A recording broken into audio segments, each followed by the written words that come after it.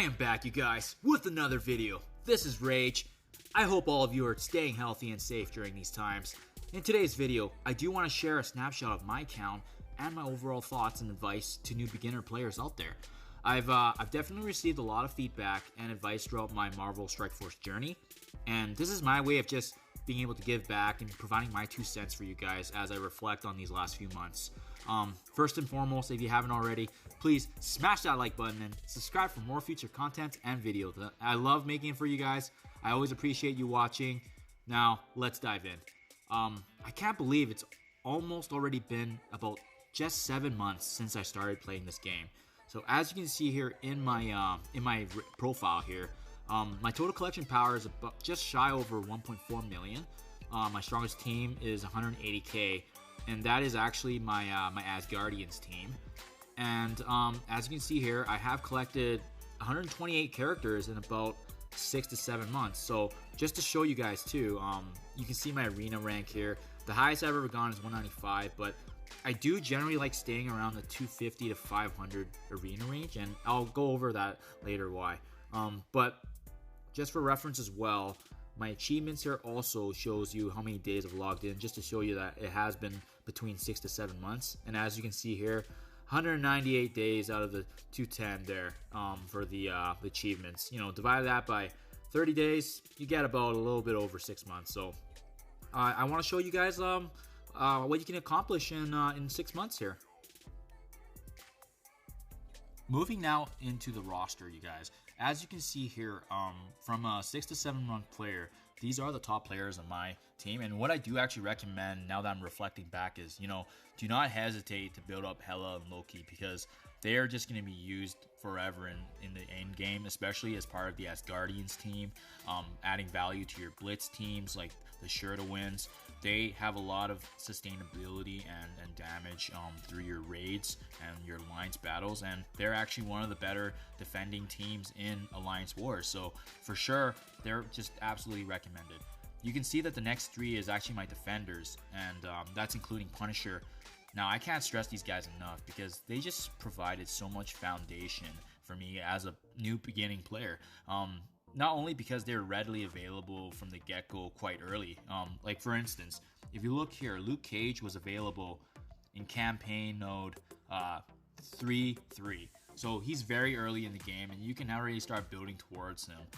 So I definitely highly recommend building the defenders. You can see Jessica Jones is up there as well. And then Scientist Supreme, Symbiote, Captain Marvel, Minerva, these guys all come later on in the game, and to be honest with you, it was just due to a combination of lucky premium orb drops, right? So these guys are the ones that are going to be a little trickier. But what I think most beginners should focus on that I can reflect on is naturally I started with the defenders, and then what happened was I eventually wanted to get my Star-Lord. So then I started building the Asgardians, the Guardians team. And that includes Rocket Raccoon, Groot. I had an opportunity to get Thanos, which I was able to put him in to slot into the Guardians team as a temporary tank. And then that combined with Mantis as well as Gamora. And the reason you want to build that after your defenders is because unlike the defenders, the Guardians can actually open up a legendary Star-Lord for you, right? And once you get Star-Lord, he really just shines in a multitude of endgame content. So you definitely want to try to achieve him if you can as soon as possible. But again, it all starts in the foundations. I started with my defenders, then I worked my way up to the Guardians, and eventually that's actually what started opening the door for me to start unlocking the Asgardians. And my personal favorite is actually the Asgardians, not only because they have so much endgame potential, they're one of the best defenders in Alliance Wars, but ultimately they also open the door for Black Bolt. And to be honest with you, that's actually what I'm working on right now. So if I filter my Asgardians, 6 to 7 months here, as you can see, I still have a little bit of ways to go for Hela to get the 5-star, but I am very close. I'm actually pushing to get a Black Bolt in the next run that he comes out this summer, this coming few months. So hopefully I still have a little bit of time to make up for those shards I'm missing from Hela, but that's what I'm trying to say here. If you guys are committed and you know what you're working towards, have that goal. Work towards the shards, and that's ultimately what drives your roster, right? And these guys just have so much so much synergy, so much sustainability. I cannot say, like, I cannot stress how important they are to be in this game, just because of their potential and their sustainability. They're my key arena team right now.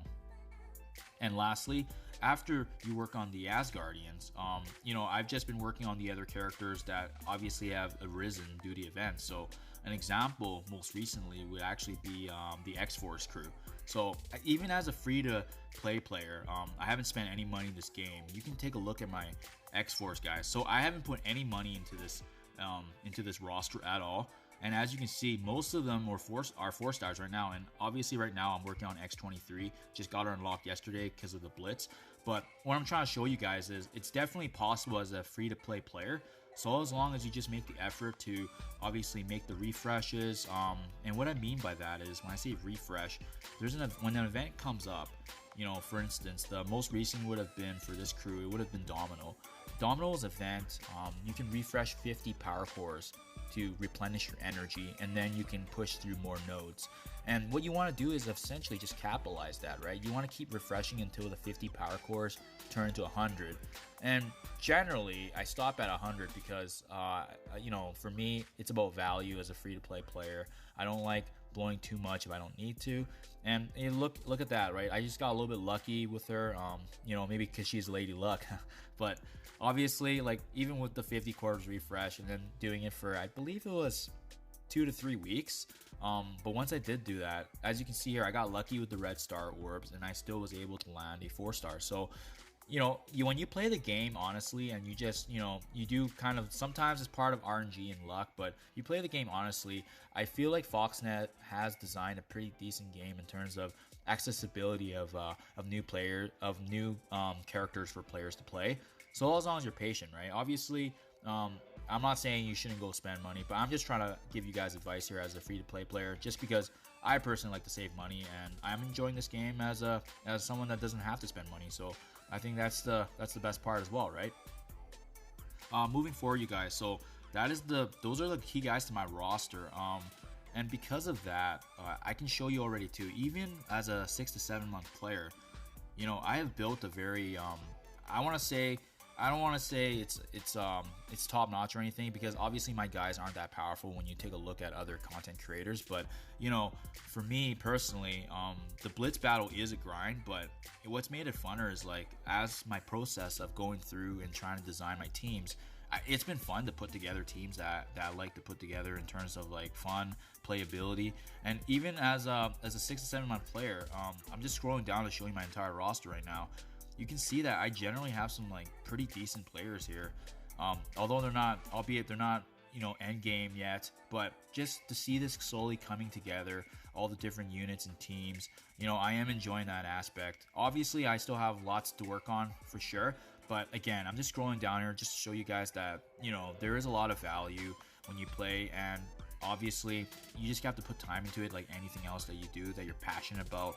I love this game. I am definitely a huge fan of all the new content they've been releasing. I'm super excited for Beast, Squirrel Girl, and Emma Frost, coming to shatter this game with a bang. So, there's lots to look forward to, right?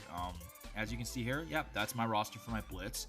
And another reason I want to stress how key of a foundation the defenders are is because I recently just got into the Dark Dimension one as well. And if you look here in my Dark Dimension, I'm currently in the process of working on I believe this is the 4th node.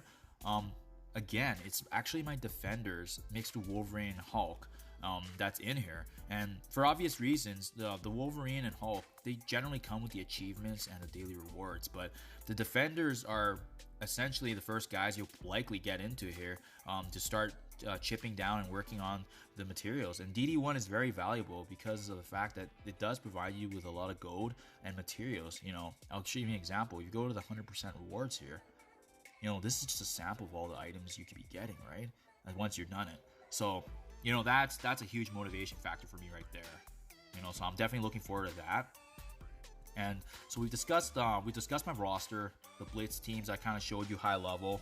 I want to show you guys as well my arena team. I've mentioned before, that my Asgardians is my best team, but not only are they a really fun team to play, but they're actually so powerful, and that's mainly because of Thor's passive. You know, he works really well with Loki and Hela, and whenever any of the Asgardians are attacked, his passive allows him to essentially generate a additional AoE strike that just devastates enemies. And you know what? The coolest thing about it is the fact that it's just so entertaining to watch him strike down the ground and watch enemies fly.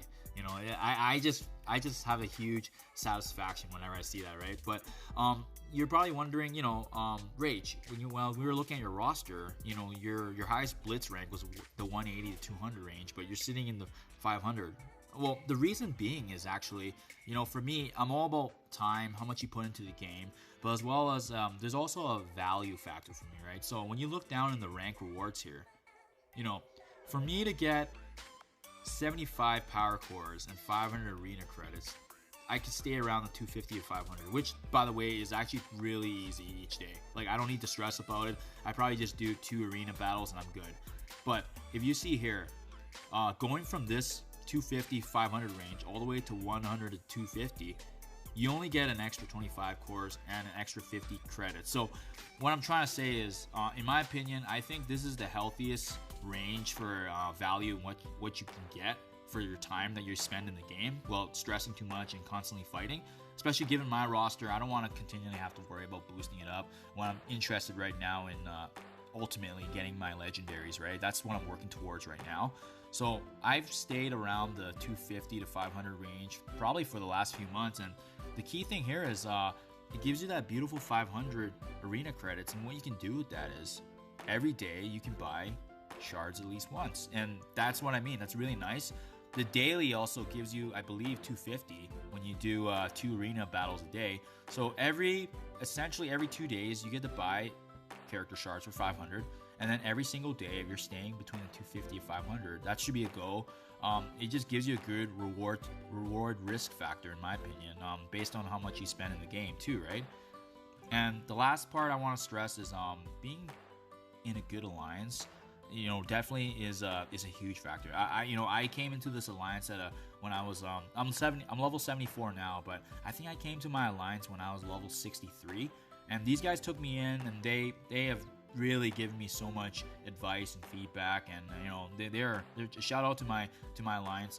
You know, the key is getting into a good alliance and getting good rewards as you progress through the raids, right? Because I'll give you an example here. When you go into here and you hit the rewards, even just hitting 60% rewards, you get all of these materials for you to help a player grow. You know, and that's huge. I think as a new player, being in an alliance is definitely, from a support standpoint, as well as especially a growth, it provides so much value for your growth. I definitely noticed when I switched from my lower alliance to this alliance, I started growing at a faster rate, and that's what you want. You want to be around alliance members that are around your combat power, but it's even better if you're in a good alliance where they can really just kind of babysit you a bit, but then you grow at a faster rate, and now you can give back and add value, right? So, you know, that's huge, I would say, for new beginners. You know, and you know, lastly, I want to stress for you guys, the tip is my personal tip is it's resource management. I cannot stress this enough. Honestly, managing how much you spend in a day and how much power cores you're using and campaign energy and all that jazz. Like, just because I can refresh my campaign energy right now for 50 doesn't mean I should. There's certain instances that you should, right? And what I mean by that is, I'll give you a great example. So one of the characters I'm currently building right now is Symbiote Spider-Man, and I cannot stress this enough. He is just such a late game character, and he is invaluable. He's used in almost every mode in the game. His what he brings to a team is just unsurmounted, and because of that, there's an amazing free to play event right now, which is the milestones that's happening for Symbiote. So when you go here, you're essentially getting shards for playing the game, and the easiest one I can think of right now is the high roller ones. Because with this, just because you can spend all the money doesn't mean you should. So I'll give you an example. If you see here, I didn't actually spend money to get this last shard because, you know, for an extra $600,000, you're getting one shard, right? But if you scroll down to the previous ones I've already claimed, oh darn, the numbers don't show here, but essentially I've got 1, 2, 3, 4. I got 4 shards for 1.25 million. That averages out to about 400,000 per shard. Whereas if you actually work your way up to this one, you're actually spending 600,000 per shard. So it's math like that where exponentially it doesn't make sense for a new player to spend that extra money when you can probably get more if you just time it right in terms of spending money every day at a good pace as opposed to blowing it all at once. So at the beginning, I'm not gonna lie, I definitely thought the more money you spent, the better the rewards. That is not the case. There is value. There is a quote unquote bang for buck in this game, right? So one of the things that I look back on is, I could have been smarter with my money spending. In this case, as a new player, I recommend, I believe the cutoff points for these shards down here is 650,000 and then the 825, I believe, right? And those are actually really good value for the symbiote shards. But that's just an example of resource management. Spending your gold at a good pace as opposed to blowing it all at once, because what that's going to do is it's just going to help you generate a base of income. So right now, I have $15 million. I could spend it all, but I've had this amount for probably the last month. I've just built it up over time because when you spend money at a good pace, you're also maximizing your rewards and you're building a strong resource foundation for future spending when events like this do come up, right? So when the symbiote event came up, I was ready, I was engaged, and I learned from my mistakes. So that's why I want you guys to learn as well. Lastly, since we're on this topic of resource management, something I kind of wish I knew back in the beginning was I wish I knew about the additional benefits you actually get from opening specific orbs versus just spending shards. So what I mean by that is, if you look in supplies here, when you can generally buy every shard here for 500, which is actually, it's okay.